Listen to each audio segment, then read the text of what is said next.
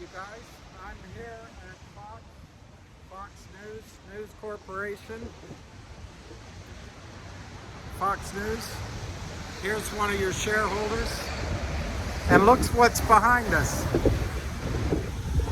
Parked out in front is the truck. Now let me see if I can stand in a way that you can see me. Here, I'll do it this way. All right, I'm going to, here we go. I'm seeing this for the first time. I'm going to quickly address this. I'd like to address this to Maria Bartiromo, C.V. Payne, Melissa Lee, and John Stewart. John, you and I both went to the same school, small private girls Catholic school in Virginia. And I loved your interview with Gary Gensler. And I want to congratulate you on that interview. And I also want to congratulate Gary Gensler on considering ending payment for order flow and making retail trades go into lit exchanges. But Gary, that's not the issue here. The issue here is failure to settle trades. And I don't know how in the world, I just took Amtrak up from DC, and the conductor had a scanner for a QR code. What happens now is they Xerox hundreds, thousands, millions of shares, and you have no idea what's in people's accounts. I suggest that you ask Amtrak or StubHub for help, or Amazon for help. You should be able to track in this era of modern computers each certificate as it's bought or sold. So anyway, I want to go through this with you guys here. Kramer's Toxic Lending. Here are the guys who, Charlie Mayo, Seth Kramer, Kurt Kramer, the Godfather, and then the lawyer down here is an important part of it. There was someone who pretended to be Kurt Kramer came on my live item. He also posted on Twitter that if GTII were to go to 5,000, he has so much money that he could still short the stock. I don't know if this is real Kurt Kramer or not, but one of the things he said to me is that he wants to come after me or sue me for defamation and slander. Well, Gary Gensler, you kind of control it. We as individuals can only do our research and do our best analysis of the information we have. You at the SEC and FINRA and this gentleman here, Dubar Grewal, you can ask for time and sales. You can ask for phone records. You can ask for communication between the market makers. You can track whether Kurt Kramer has multiple LLCs, offshore LLCs, and etc. But until you do that, all we can do is our best analysis. And my best analysis is Kurt Kramer does this for a living. You can, John Stewart, Maria Bartiromo, C.V. Payne, Melissa Lee, just Google Kurt Kramer, C and a K, Kurt Kramer, SEC. Google Kurt Kramer, FINRA. Google Seth Kramer, mortgages. And you'll, in Power Up Lending and some of their other LLCs. And I suggest you do that too, Gary Gensler, because obviously the SEC's computers have lost track of this guy. Kurt Kramer signed a cease and desist order that he would no longer act as an unregistered securities dealer. Well, guess what? He just got found to be doing exactly that here in New York and violating usury laws. One of the lawyers put out a what do you call it? Anyway, dossier, I guess, I hate that word, saying that over 400 times he's done these kind of toxic notes. Well, why would this time be different? I think it is Kurt Kramer. I think Kurt Kramer hired Gibson Dunn, which is a white-collar criminal defense attorney, simply to strike a deal with the SEC, like he always does, paying minimum penalty and saying he didn't do anything wrong. Well, it's not the SEC that's paying him when they sign these agreements. Kurt Kramer had to disgorge and pay a $1.4 million fine 10 years ago. Okay, let's go through some of these. GTII, 170 million shares, naked quoted, settled the trades. 60 million of those shares just got sold in the last 20 days. 60 million, and they don't exist. Maria, these shares don't exist. This lawyer down here, Richard Natick, he signs a letter that gives Alpine, their prime broker, and then the market makers, who are probably all in this together, gives them cover to say that, oh, we're gonna get the shares. Well, in the past, that's been true. Why? Because normally Kurt Kramer has a toxic convertible note that converts into hundreds, if not billions, of shares of stock. Well, in the case of GTII, Reichman paid that back at a penalty. There are no shares. Kurt Kramer has no shares to sell. None. Zero. Unless he bought them in the market a decade ago when the company was called Treetop Industries. But he has no shares to sell. By the way, this entire video is my opinion. I'm reporting it, and it's not financial advice. You have better sources of information. Anyway, look what he says. We should have confidence in our markets. How can you have confidence in the markets?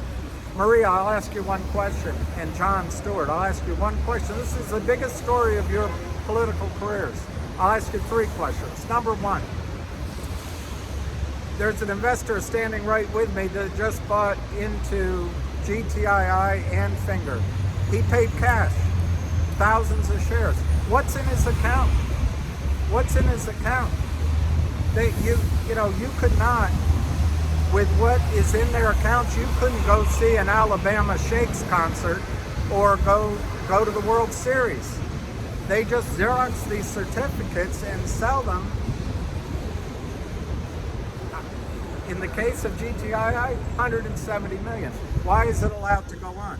Well, Gary Gensler's, in my opinion, Gary Gensler's alma mater, Goldman Sachs, makes money lending a large part of its income, lending out shares, whether they exist or not. It makes money on assets under management, whether they exist or not. And it also thrives when the over-the-counter market is destroyed. These guys are shooting fish in the barrel. If a stock's under $5, under $350 million market cap, it's perfect for Kurt Kramer and his ilk just to short the stock into zombie land. So that's the first question I'd ask, John Stewart, knowing that you went to a school that taught you critical thinking and a good sense of humor. And by the way, I don't know if you were in love with her, but there was a woman that went to William & Mary that I was in love with that knew you, and you thought she was, a looker.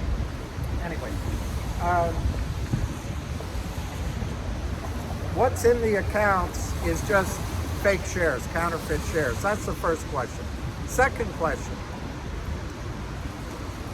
Well, let me go on the first question just one step further.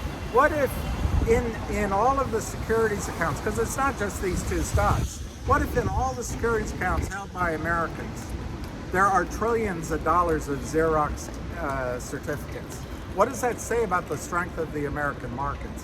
When this blows, it's going to take down a prime broker. And you guys can be first on it if you go to Twitter and go GTII, call Ham, call Avid Trader, call Lou versus Wall Street, call the Lioness, There's several other, Dozer, Dirty Mayo, Big Pa, Jennifer, all sorts of people that you can call and interview about these two stocks. But this happens across the entire over-the-counter market. And what does it say to the strength of our market? Level the playing field, Gary Gensler. If you don't change the rules, the only way to level the playing field is to let people pay for their shares with counterfeit money. It's the only way to level it.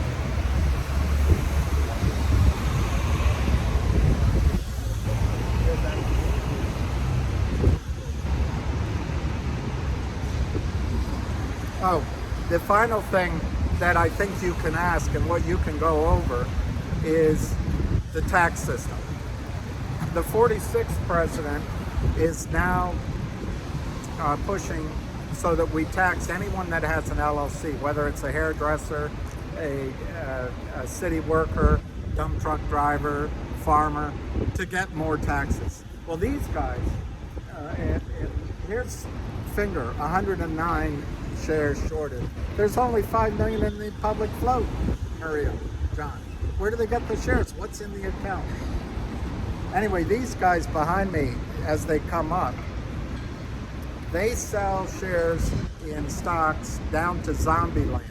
They hope it doesn't go to they never buy back. They get their quotrons and the buy button's missing. They just sell, They manipulate the prices. This is all in my opinion, but it's based on their pattern of behavior. Charlie Mayo is their lieutenant. When you sell a stock, here's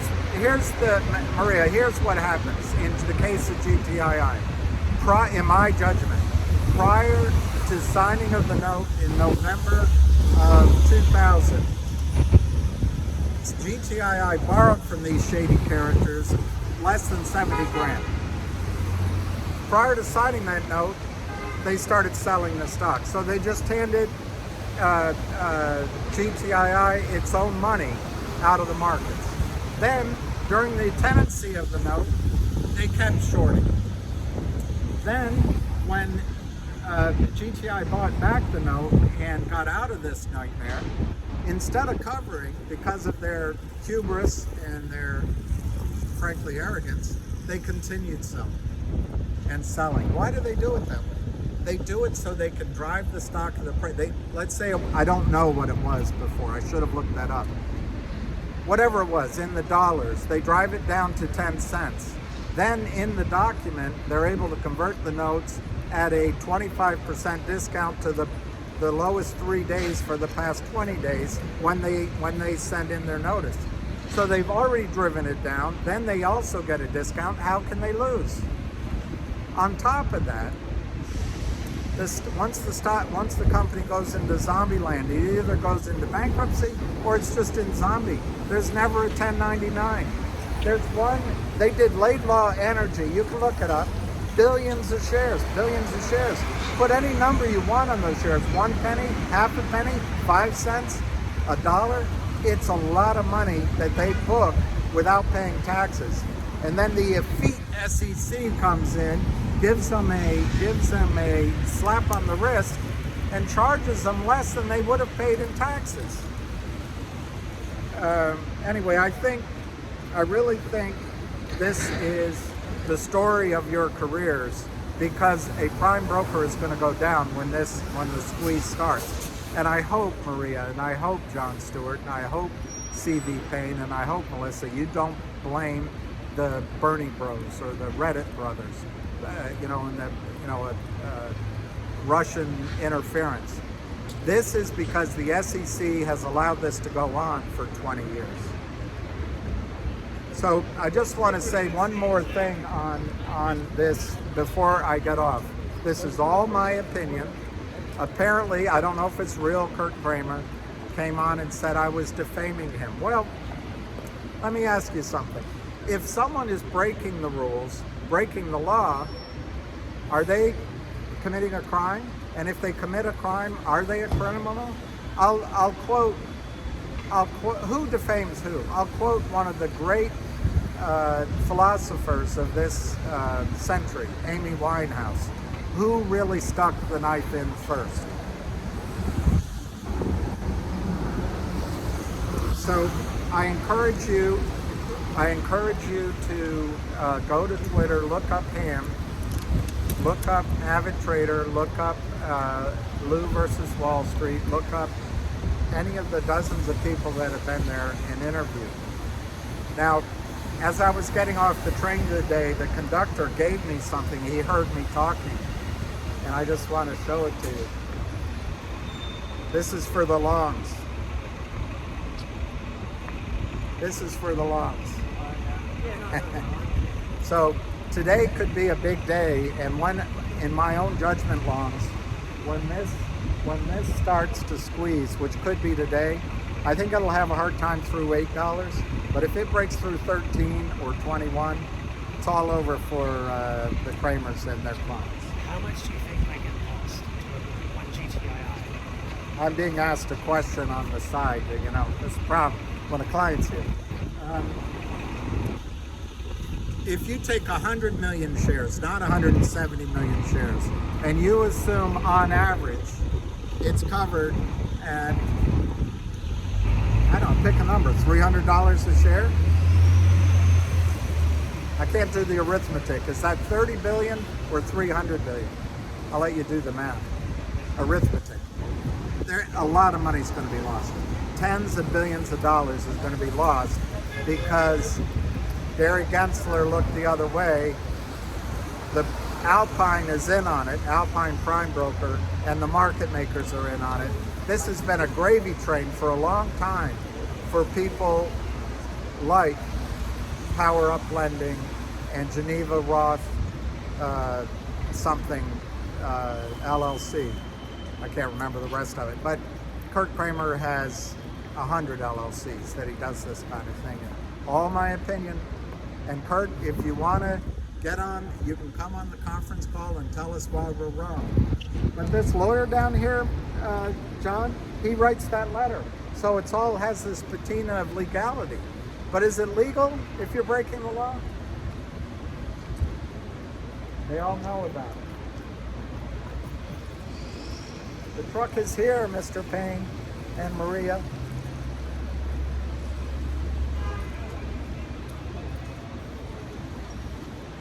Level the playing field. All right, I'm going to leave it at that. That's 17 minutes of the most scintillating reporting.